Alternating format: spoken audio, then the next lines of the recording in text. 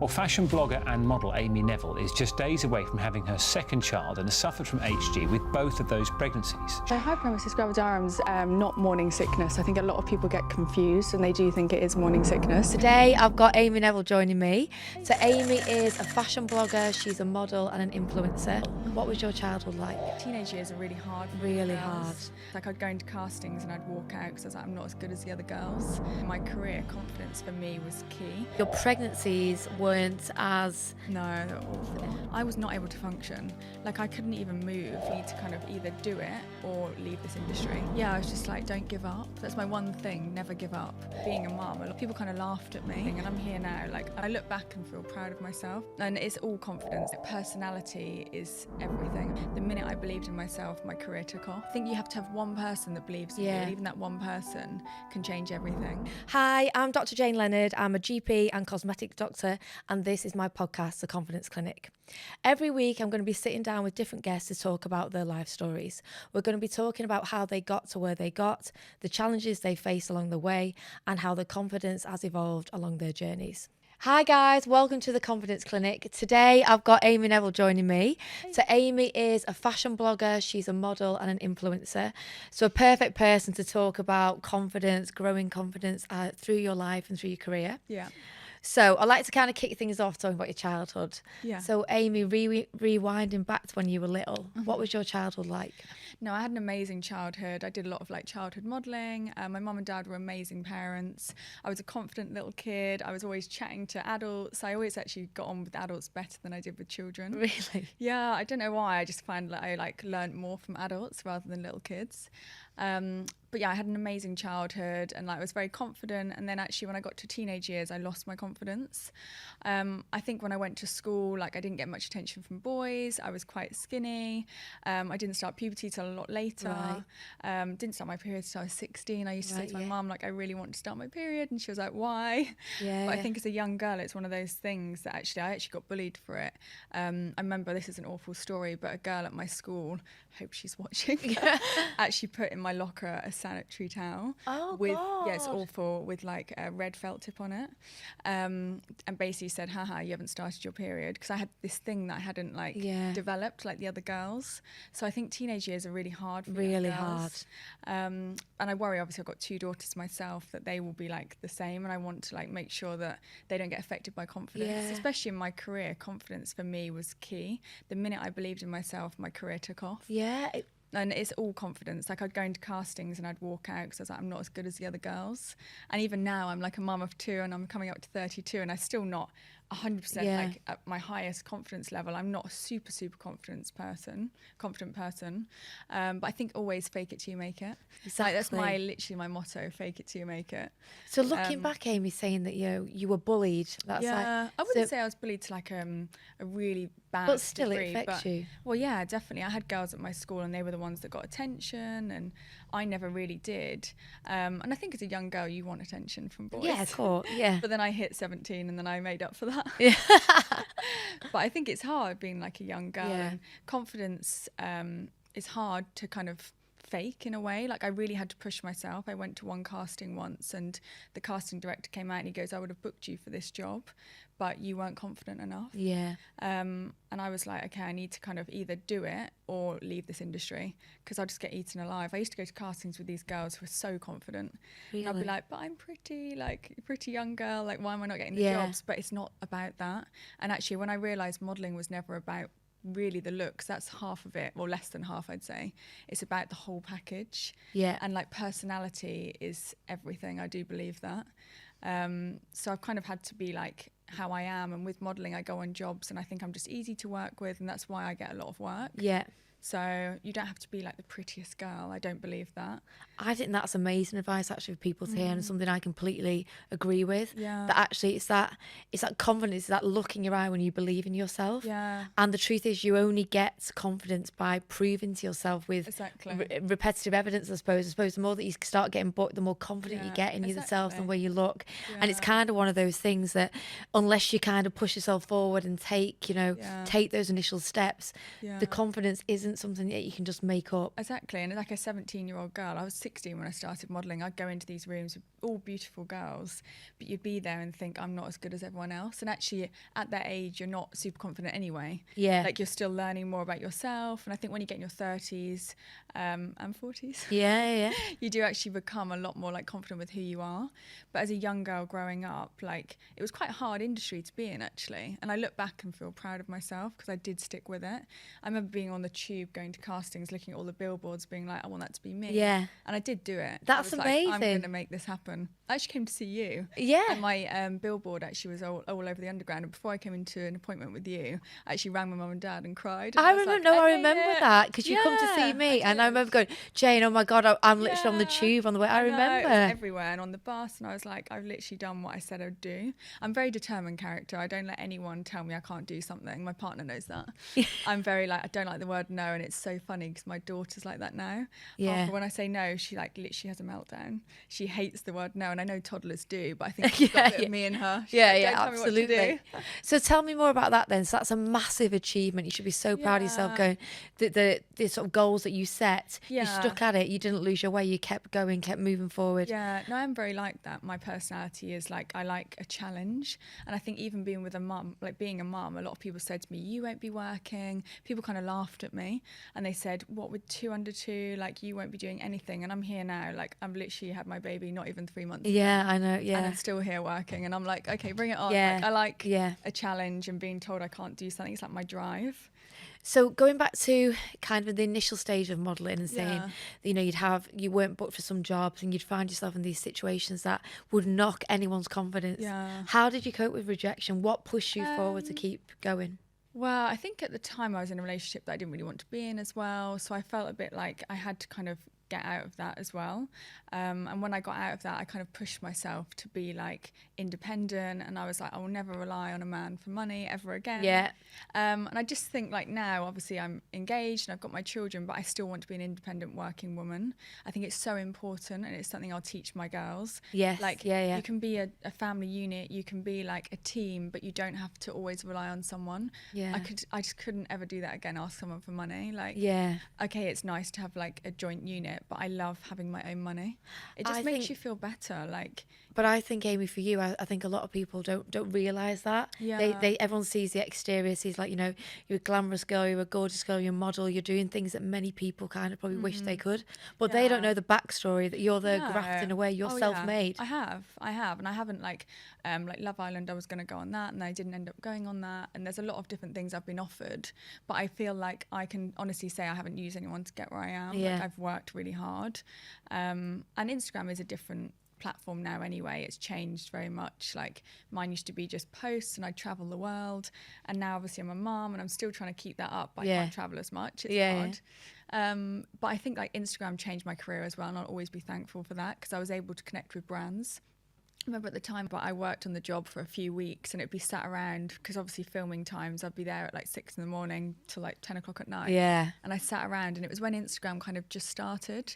And I remember I like had a love for fashion, and obviously my ex like paid for me a lot, so I didn't really have to have money as such. So for me at the time, I was able to build it without having to like worry about money. So I'm thankful for that. Yeah. But I was doing like posts outside. We had a really pretty front door, so I'd do pictures outside the front of all my little outfits, but I'd do one each day. And I just used to hashtag loads of different things and tag all the brands in the picture. And then they all like, do you want free clothes? And I remember when I first got sent like a free package, I was like, wow, like a PR package, this is amazing. And then it kind of just took off really. Like, I kept tagging different brands, then they'd repost me. And it was the years when, this was probably like 7-8 years ago now, or even longer, I don't know, basically when Instagram first started. I remember I grew really quickly, and like Lipsy would tag me, and Next. Yeah. It was a bigger thing then. I think you were able to grow much quicker than you are now. I think the whole industry's become oversaturated personally, and there's nothing wrong with that, but I just think I don't know, a lot of people say like I'm one of the OGs. Yeah, At the beginning. Yeah, you did. That makes me feel old, but I think it is harder now because you have to be unique, and it's videos, there's reels, obviously podcasts like this. Like, it's just different, but I think people want to buy into you completely. Back then it was more just my style. Yeah, It'd just be posting a picture of your outfit and they'd love your outfit. No one really cared about getting to know you. Whereas now they want to know everything. And it's fine because I'm the same. Yeah. Follow someone, but you're like, there's a girl I follow, Romy, she's one of the old Victoria's Secrets models, and I love her. Like, I actually met her at Victoria's Secret's event, but she's a mum now, and all I want to look at is her mum content. Like, I don't even want to see her modelling pictures because it's just like, but it's how it evolves, doesn't it? Because if you look, you're talking then at the start of your Amy Neville fashion diaries, that's what it was, I suppose, a diary of your clothes every day. Yeah, exactly. But think now it's like a life diary. I still try and keep it fashion, but it is more like me being a mum. Like yesterday, my views went crazy because I was sharing reality of being a mum. I went to the zoo with my girls. And like, I was like changing in the back of the car, like feeding, then my other daughter's in the back, and like literally sharing, like, that's why I was laughing at my stories today. I'm like the glam one. I live this double life. I'm like, it's so crazy. But that is so true. I think there's always like other parts that people don't, it's not only that they don't get to see, they don't get to fully appreciate. Exactly. And it's like, actually, Instagram then was all about like your style, looking glam, putting a smile on your face. Now everybody likes to see the human picture, the human bit behind it. It's true. It's less about the kind of perfectly created look that you, or the impression you want to give. Now it's actually the real raw life that that's you what you want to see, though. And I think, what would I want to see? And when I look at things that I enjoy looking at, it's the real stuff. It's never the perfect image. Everyone appreciates a nice image, but I know what goes into it as well. Of course. So it's like this, not loads of editing. I never want to be like a catfish. I've met a few of those. Like, especially on shoots, you look like they look completely different. You think, why would you want to do that? I'd rather look better in real life, if anything. Like, people be like, oh, okay, that you look better in real life. But a lot of people do it online. So with Instagram, I suppose, like you said, you grew it really quickly, and your audience now look at you from all different angles. Do you sometimes feel like you've kind of, your role has escalated more into kind of like a role model to some people? Yeah, no, definitely. I think for years, loads of people said you inspire me. That was before I had children, actually. I was very like independent, and I kind of shared you can be whoever you want to be. I always said confidence for me was key, because I never had the confidence. And for 10 years, that probably cost me a lot of money and a lot of time. To grow your confidence, you mean? Yeah, I had to do it myself. Like, so to your point, Amy, you're talking about growing your confidence. How did you grow it then? What were the steps that you can remember on your journey? I think for me, it was that casting I went to. It was a massive job. I think it was like a 50 grand job. It was like huge, and every model wanted that job. And we had to be like it was a blonde they wanted, like a roller skating kind of girl next door. It was for a TV commercial, and I went in, and I remember just putting myself down on camera. They were like, talk about yourself. And I couldn't even talk about myself. I was like, I've got nothing to say. And I literally had no confidence. And I walked out, and I remember being like, I just need to change this, otherwise there's no point being in this industry. And the woman came out after me and said, look, I would have actually booked you for this job, but you've got no confidence, you need to work on that. And then I thought, right. God, really? No, it actually really upset me, because I was like, damn it. How old were you and then? At the time, I think I was 21 or 20. Maybe 20. It's quite new to the industry. And I didn't have the confidence. So that really upset me, because I was like, right, I need to change this, because no one else can do it for me. I'd had all the model bookers saying like, you need to work on your confidence, but it's just not something that you can just like switch on. That is the thing, isn't it? That you really hit the nail on the head with that, because it's like, so much people like believe in yourself, have the confidence. Like, but if you break it down, like what do you mean? Like, what do those? How do I do that? And at age, and I think the main thing it comes with is when we reflect on your story now, the process you've been through. You can look and go, I have the evidence in my head that these are challenges I've overcome. I have been booked. I am good enough. Yeah, that's what it is. And then you remember, and then you translate that in your actions and behaviour. That's why I looked to my career actually a lot for my own confidence. That's why as a mum, I was like, I can't just be a stay-at-home mum. I need my confidence through my work and validation. Everyone looks for different things, but for me, my work it made me feel like me and actually validated. So, and I just couldn't be a stay-at-home mum. Like, fair play to mums who do it. I'd never like criticise that, but I just couldn't do it. I just love my work. Yeah, exactly. Because it makes me feel as well. But I had model bookers at the time. I did the Revlon campaign, and I always mention this. I remember you did that. But that was like my biggest thing. Like, I always wanted to do a beauty campaign, and I had one booker, Lucy, actually. I'll always mention her because she's amazing. She always believed in me. And at the time, someone who actually had the agency said, oh, she'll never get the job, and kind of put me down a bit. And then Why was that? I don't know, actually. A lot of people, I don't know, but some people get me wrong as well. Right. I think I'm like, I don't know. My partner says that. He goes, a lot of people get you wrong. And especially with the job I do, they always think it's like image based and like you're very like into your looks. And Yeah. I think some people are But like, it is your "Oh." job, so But that's it is- why. Yeah, but I think a lot in that one. But when I got it, it was like one of my biggest campaigns. And I always think the girl actually who believed in me, Lucy, I'll always be thankful to her because so many people said, oh, she won't get it. Like, I think you have to have one person that believes in you, and even that one person can change everything. And she actually did change my career because after Revlon, then I got loads of other stuff. And I think you just have to get one big thing, and then it all trickles on from there. Yeah, of course. But to get that one big thing is hard. And I suppose, but that's because you have to keep going. Yeah. I mean, you must experience rejection. Yeah. It's inevitable, Oh, isn't it? It's part God. of the job. It's not unique to anybody. Yeah, I'd go in castings and people wouldn't even look up at me. And you just think, do you have to act like that? Like, there's no reason for that. Like, I just think you're still human. And I Yeah. know the industry, like modeling industry, and like now I probably do more of my own content. But I think with the modeling industry, there's such a thing of it's all about image. And that when you go into a casting, they don't even look at you because they know you're not right, probably. Like, they could give you the time of day. Yeah. Just be a nice person. That's why I've always been in my industry, and I've always stayed the same, and I will always pride myself on that. I've never changed. Yeah. And I think whatever industry you go into, however much money you make, you can always come back round. So you can be here. I could have done that Revlon campaign and gone, oh, I'm the best thing ever. I've got this campaign. The next minute you're down here and you're not getting any work. Yeah. And I always remember that. I just hate these people who are like, I'm the best. And Yeah. I've been with so many girls like that. I'm dating this person, and I'm like, I literally don't care. Like, Yeah. just be a hardworking, good person. But I think that's morals and how my parents have taught me. My dad worked in the football industry, and he still does now. And I've never been impressed by anyone, which sounds bad, but I'm just not. Like, I don't care if you're famous, if you've got millions of followers or you're a millionaire. Like, Yeah. doesn't impress me. I'm like, just as long as you're a nice person. Yeah, and that always shines through, doesn't it? No matter what, when you meet Yeah. people, when you get to know them, when you see the character traits. Yeah. And again, it's like everyone makes an impression, don't they? Yeah. But it's also just being kind to that person, because half the time you don't know what's going on behind the scenes. Exactly. No, I've had times where I wanted to give up. And actually a girl I worked with, I do Silk Thread, I do a bit of their econ modelling. And there's a girl there and she's on EastEnders now. Oh, She's an really? actress, yeah. But I remember she was one of the stylists. Ghislaine, actually. She'll like this mention. Yeah, well, a shout out to Silk Thread. That's my best friend, one of my best friend's businesses ever. Emma? Yeah. Oh, really? Yeah. Oh, I was with there last week. Yeah. In the studio. Oh, okay. Yeah, so oh, small I love world. Emma. No, it's a lovely brand. It's very like Yeah. girl driven and very girl like. It's inspiring women as well to be able to work, and I just love their work ethic there. But Ghislaine said to me, I want to like give up, and I was like, don't you dare, because I Yeah. remember that was me, and I was like, she was like, I'm not getting any acting jobs. She was on a great acting agent website, but she wasn't getting the work, and I was like, don't you dare give up, because that was me. And then literally, I think it was about a month later, she landed EastEnders. That's And I was like, amazing. yes.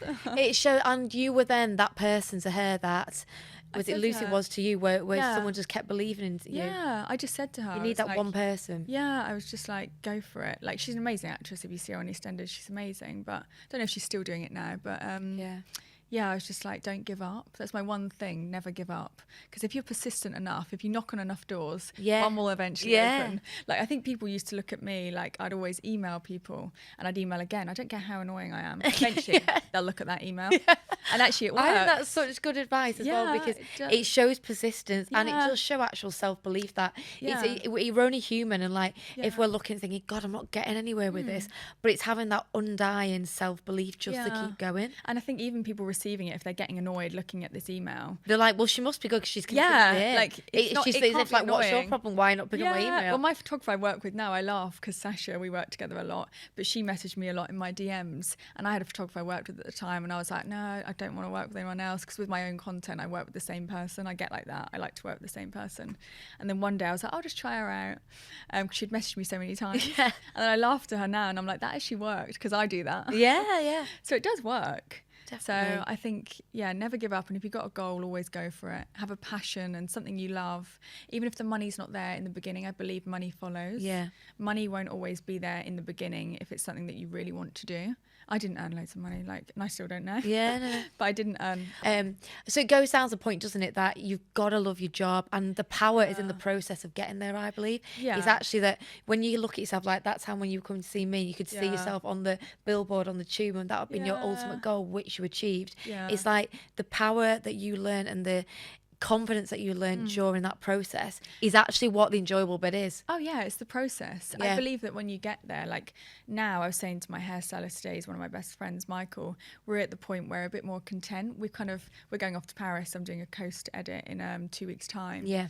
And we're going off to Paris, but we've done it all. And I feel like there's something like kind of sad about that in a way. Like I've traveled the world with my work. I've done amazing images like all over the world. And I feel like now I need something else. I need to get a love for it back. So, and we're quite content with our family life now more than our work. So, and I love my work, but I've got my family now and you can't buy that. Like I used to be so driven to buy the designer handbag, buy the designer shoes, like, and I still love all that. But I think like family you can't buy. And like my children, you can't buy that. Yeah, exactly. It's funny, isn't it? You have different sort of chapters in your life, and I think you're describing a really powerful one, that transition to being a self-made, basically entrepreneurial woman, right? So you've made your own career. So your career's in modelling, like mine's in medicine, but we still grafted I wish away mine was in medicine. No, I didn't get the brains, unfortunately. You got both.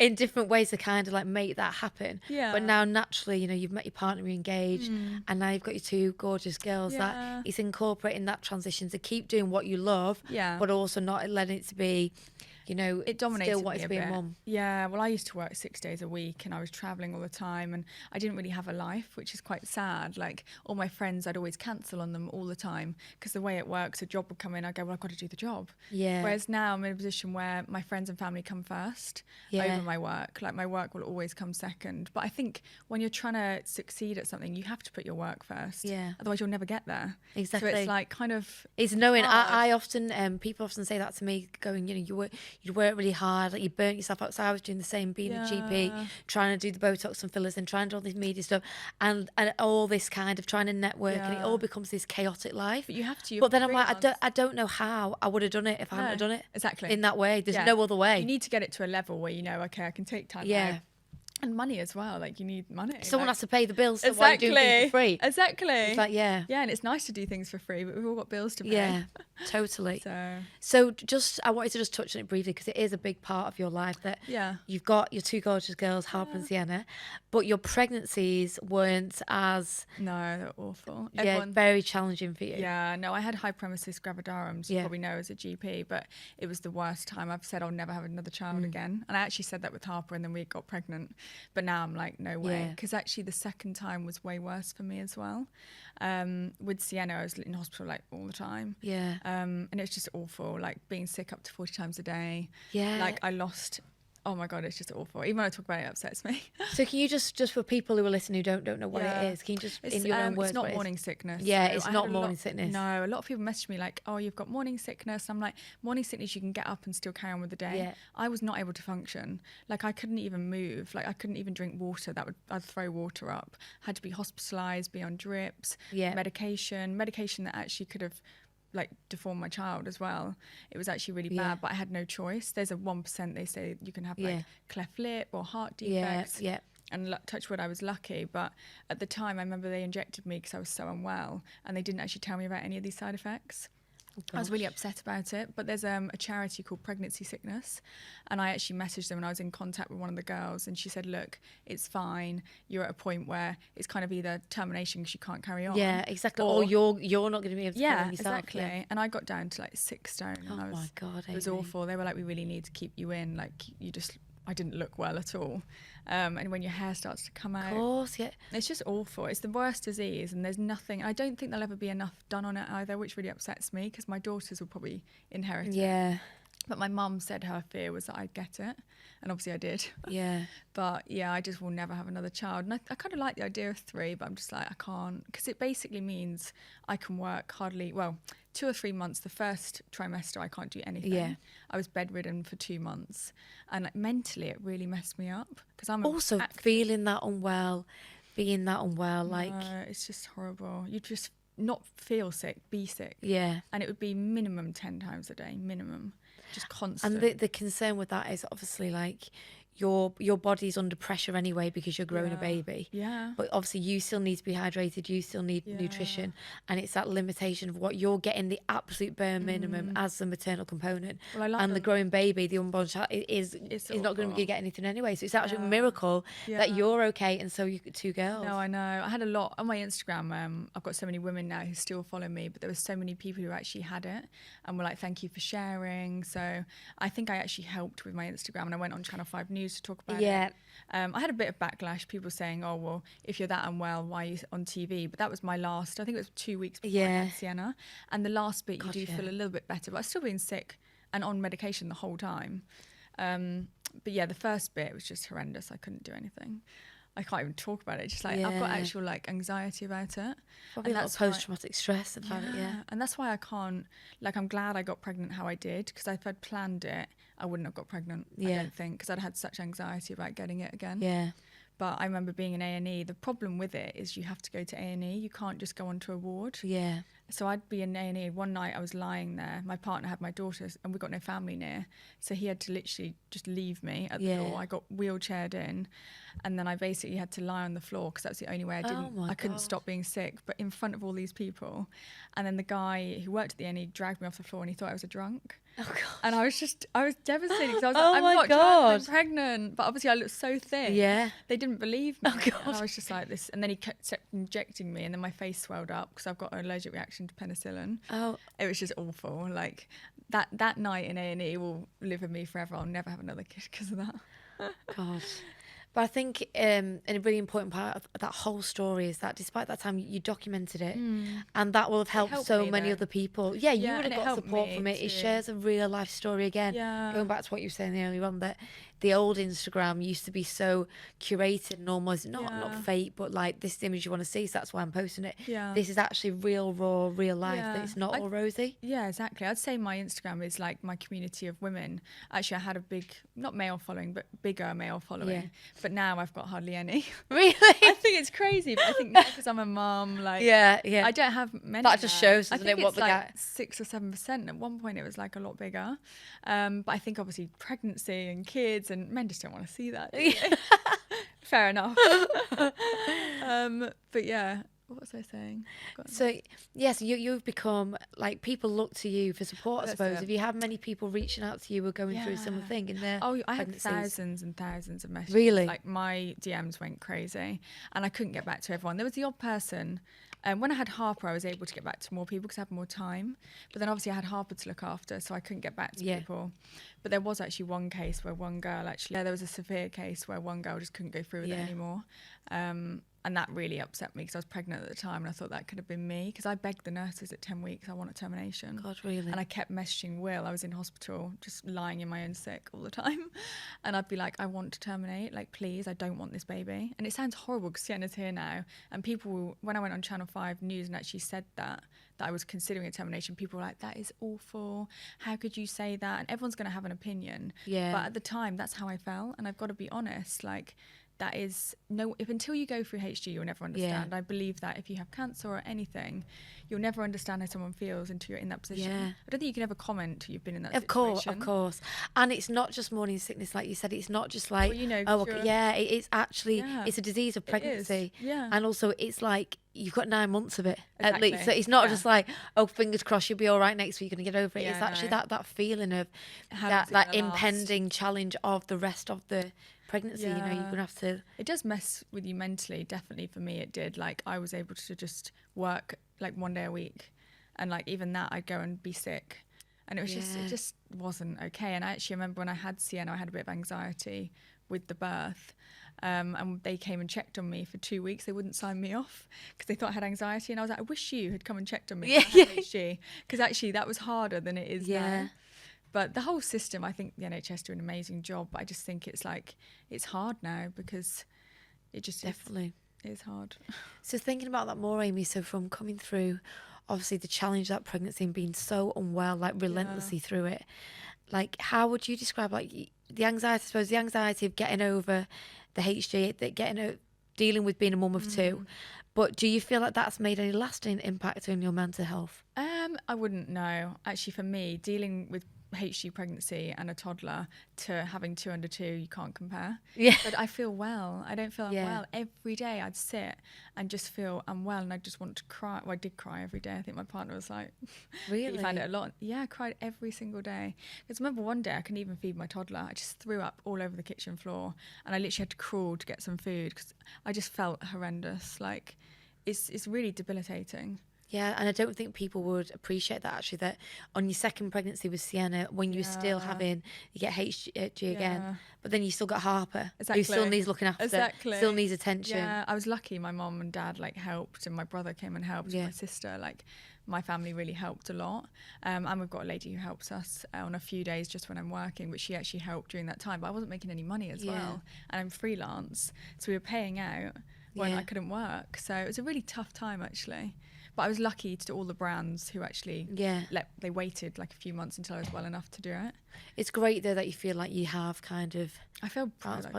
Yeah, you should. I've done it. Like anyone who is suffering from HG, or because I get a lot of women now who are saying they're suffering, and it's like I have this thing where I don't want to talk about it anymore because it gives me like such anxiety. But I think as long as I can help people and say it is worth it, it's worth every second, as horrendous as it is to have those little humans. And they're for your life, do you know what I mean? And it does go quick. But when you're in bed every day, day in, day out, exactly. It's hard to think of that in bit. So just to kind of summarise that chapter of our chat, is what tips would you give to any women that have got HG and how to look after themselves during it? Yeah, I'd say get help, as long as you've got a good partner as well. There was a girl opposite me on the ward, and her partner had left her. She was 11 weeks, and she said, he's left me, he can't deal with this, he doesn't want me to go through with it. And I was like, that's just not a good person, because it's hard, like, and you lose everything. Like my hair, my teeth went bad, like, because you're being so sick. My skin was spotty, because obviously you can't eat. So it's hard, and especially with the job I do, I was just like, I was really low. And that's the only time I kind of got low, because I couldn't actually get out of it. But yeah, I'm just thankful to all the people who got me through and helped me. And always remember the hard times, who's there for you. I think that in life, you always remember who was there for you when you're at your lowest. And they're your people. No, that's really good advice. That's really good advice. I think it's an amazing story, actually, because look at how you've bounced back. Like, at the end of the day, your work is your looks, your model, right? So when you're in that situation where you're feeling so bad, just generally, but then you look in the mirror and like you're losing your hair, your teeth are like affected. It's like awful. you're probably thinking, how am I going to get back from this? I did. I was like, but I did it with Harper, but Sienna was way harder. I don't know why. It's weird. The second pregnancy was like 100 times harder. But Was it? Really? Yeah, it's really weird. I don't know why. And I knew I was having a girl, because on the ward I was like, they said you're having a girl, I bet, because hyperemesis could be worse with a girl. I thought that's my saving grace, because I wanted 2 girls. So as long as I'm getting a girl. And they gave me a pink gown. So the night when they did the night shift, they went round and gave everyone a blue gown, and they gave me, I'm quite superstitious, they gave me a pink gown. Really? It's like, I'm having a girl. And then literally I found out on Nub's theory at 12 weeks I was having a girl. Oh, wow. So yeah, and I believe my nan, I was really close to my nan, she sent me my girls. God, that's amazing. Yeah. No, it's a really good story, that, Amy, I think, and you should be really proud of yourself, like you say, not only to get through that, but to have like your gorgeous 2 girls, and then get back into work. Yeah, exactly. I gave myself this time a week. People think I'm crazy, but I just wanted to get back to work. What, a week off? No, you didn't. Yeah, with C-sections as well. People think I'm crazy, and both my girls were breech. So I did actually want C-sections though, and people think that's crazy, but that was just my choice. And it's not an easy way out. Like, people are like, oh, you had the easy way out. You have your stomach cut open, you have a scar for life. It's not an easy way out. Like, if anything, I wish I could have done natural, but I'd have had such anxiety about that. So I was like, I'm just going to go with the C-section. But to come back from that, the second time I found way harder. I went back into hospital. Really? Yeah, because they get you out after 24 hours if you don't go private. Yeah. And it's hard. Like, it's stomach surgery, and then you're meant to just go home. Well, it's also, you've had Harper as well. Yeah, and so you've got like a little, like a baby at home, and a baby at home, toddler. and exactly. And then you've got to just carry on and sort your housework and lift children and be a mum. It's like you've literally had major surgery. So I don't think it's an easy way out. I've had a lot of people say that to me, and I'm like, I don't believe that. So thinking about now, like, as you're getting back into work, you're working again, doing modelling, doing the blogging. It's hard, I'm not gonna lie. Yeah, how do you kind of balance it all? At the moment, I've got help, but only when I'm working. A lot of people have said, oh, you've got a full-time nanny. I haven't at all. I've just got help on the days I work, but I am exhausted at the moment, I can't lie. Like, juggling it all and trying to look perfect, as they say. Like, I am finding it a lot, but then I love doing my job. So it's like, it's such a, I don't know, it's really hard to get the balance right. But I feel like yesterday I took the girls to the zoo and I did the mum thing and some play, and then like I'm here today for the podcast, I'm shooting tomorrow, so I do have a good balance. And I suppose, do you think does that take a lot of organising, like how to work it all out? Yeah, and I do think And as a planning woman, and like, I don't like to be that person, but I think as a woman your life changes way more. I think you have the body changes, you have a different connection to your child because you've grown that child, and I think wanting to be a working mum is harder because like my partner's amazing and he does a lot to help me and he's a really hands-on dad, but he's taken a new job and he'll leave at 6 a.m, doesn't get home till late. And he can go to work and just work. Whereas I'm like, okay, right, morning, Harper at nursery, and I've got the lady, I hand over Sienna, then I'm like, I go to work, then I have to rush back, like now I have to be back for a certain time, then I have to go and pick up Harper, do bath time, bedtime, like dinner. It's crazy. Like, but I've chosen to do that. I don't want anyone to think, oh, but you don't want to be a mum. I want to be a mum, but I want to be a working mum. It just takes a lot of organisation. I think it's a balance as well, like doing the best for them, and you can only do the best for them if you are also doing the best for you. Exactly. And I'm a happier mum. Like today I'll go home and I'll be happier. It's weird. Like if I'm just doing the mum thing every day, I'm like someone who likes to be driven, and maybe I have got a bit of ADHD. I like to do a lot of different things. I'm quite hyperactive. That's like me though. Yeah, I know. I just like to get like a lot done. And I think being a mum like is hard because I've got a very young baby though. When they get to 1, it gets easier.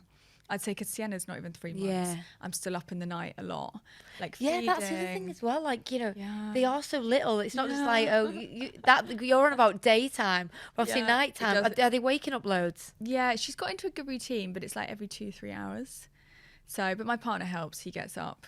We do it because we're both working. Like, and I think also if you're a mum at home, you kind of are probably expected to get up. And if you've got maternity leave, it's true. You probably would get up in the night and do more working. So it's like we share it. So but each their own. I'll never judge another mum. I've got friends who don't work and I've got friends who do work. My mum didn't work after having 2 of us, and that's fine. Like it's a personal choice, I suppose. And do also what makes you happy is what I say. I just think you can't judge anyone. People judge me for working. I'm like, but your insecurity then, because why are you judging me for working? I'd never look at another mum and go, oh, you're not working. Who cares? The kids are happy, you're happy. It's that when you get, that's the other thing, isn't it? That you being somebody that is in the public eye, in the sense that you're on Instagram, you've got like 500,000 followers, you're very much well known on the, you know, there's the side of that, the negative side. Unfortunately, inevitably, you can get a lot of cruel comments, a lot of people that think they know you and don't, and you can't win. Yeah, exactly. I've had people who say they know me, they've met me, I'm boring, and all these things, and I'm like, okay, that's fine. How do you deal with negative comments? To be honest, now I just don't really care. My partner actually said to me recently, because I read a few, and he was like, you're really good now because you don't care. A few years back, you'd have got really upset. And I'm like, I'm a mum now. I'm good at what I do. I wouldn't be where I am if I hadn't worked hard. And I just have this confidence again. It's having confidence to think, okay, you think that about me, but it's actually your issue. You're insecure for writing that. Like, if I would never sit somewhere and write something about someone and send it to them. Exactly, like, weird person. Like, who does that? Like, there are people out there. I forget there's people out there who are actually doing that. No. It's like, it's your issue, not mine. Every person I've had on the podcast, Amy, and spoken about this, obviously social media now is such a big part of everyone's life, that is, no one's immune to it. It's that idea that people will just say things about you, and it's like not only knowing how you respond to it there and then, or if you're going to bother to or not, but it's those little chips that knock at your confidence and your, you know, your core, essentially. Because they do stay with you. You're only human at the end of the day. Even if you're like, oh no, I don't care about that. Because some people have said like, oh, you're a bad mum for working. And I'm like, am I a bad mum? Then I get upset because I'm like, am I a bad mum for working so much? But I don't think I am, because I wouldn't be a good mum if I stayed at home all the time.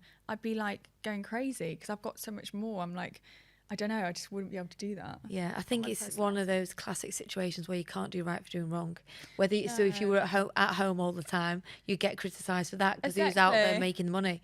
But then if you're out there trying to make the money, you're not with the kids enough. So I think it's just having, you know, that self-belief, that self-confidence, and good support system from your partner and your family to know actually no one will really know me except the people close to me. So as long as that the kids are healthy and happy and looked after, and that you're looking after yourself too, Yeah. then really there's That's all not that much room matters. for other judgment. Yeah, that's why I just want my girls to just be happy and not really care what other people think as much. Yeah. I just want them to be like confident, like happy little girls. Yeah. 'Cause my mum and dad did that for me. I had such an amazing childhood, and I'm so grateful to my mum and dad, because when I look back, like, I do think that shapes you in a way Yeah. sometimes.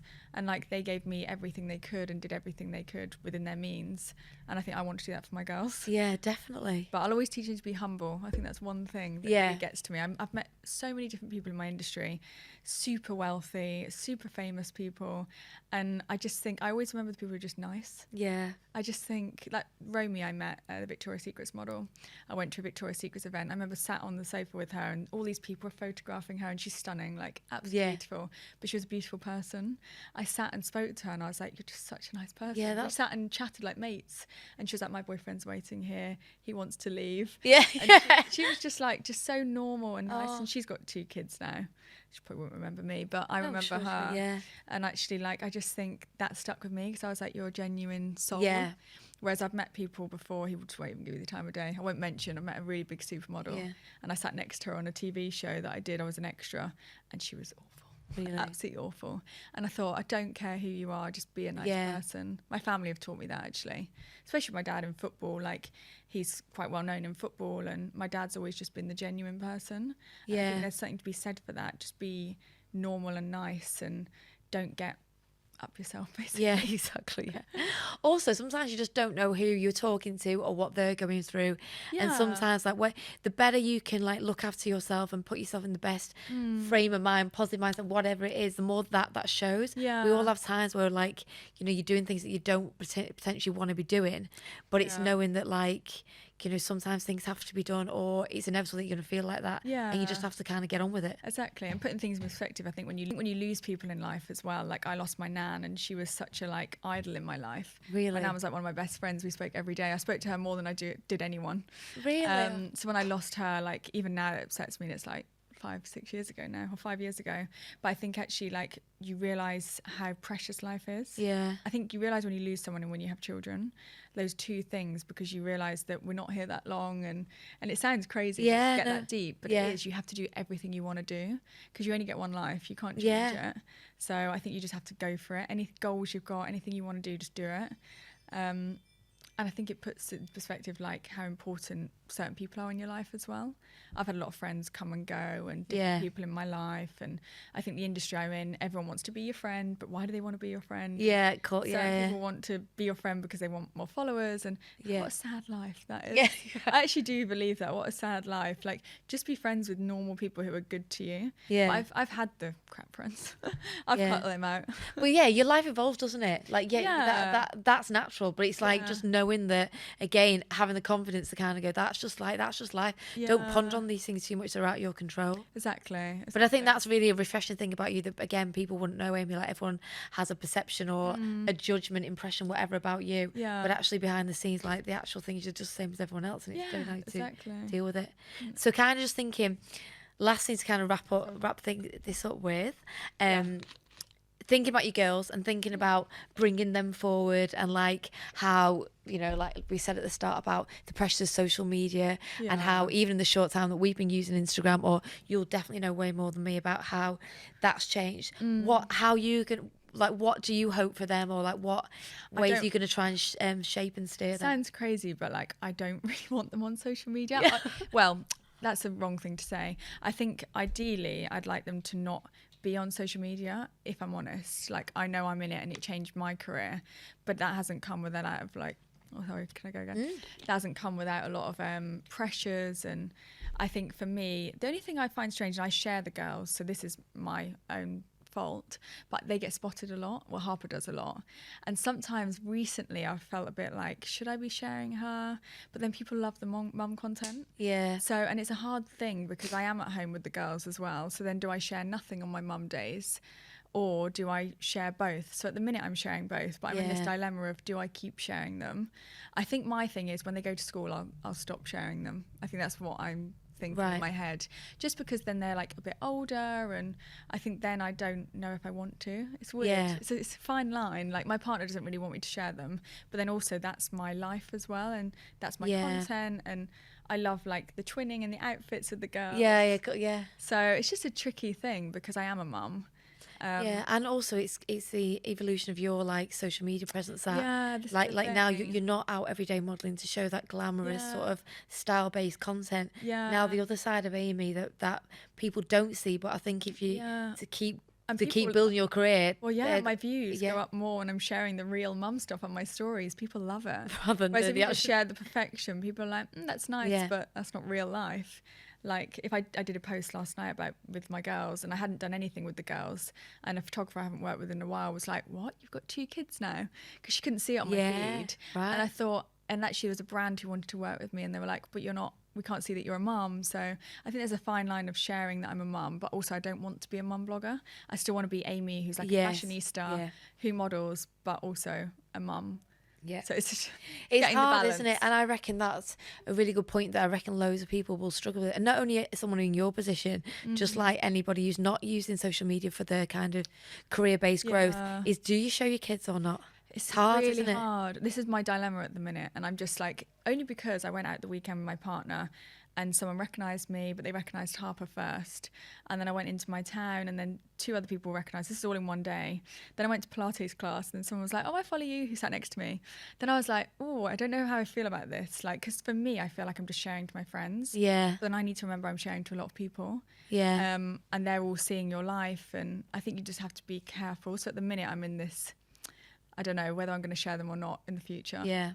Definitely for the next year while Sienna's growing. And I think it kind of makes sense in some ways now because, like, if we're showing real life, realistic images and things like that, you are like being an active mum. You take an active role in looking after your kids. And I did a video yesterday holding Sienna, trying to like time lapse feed her. Yeah. And then Harper's screaming, throwing stuff on the floor, and I'm like, this is my reality. Yeah. Like my reality is not perfect street style images. Like I want it to be, but it's just not. Like when you have children, your whole life changes, and it's the best thing ever.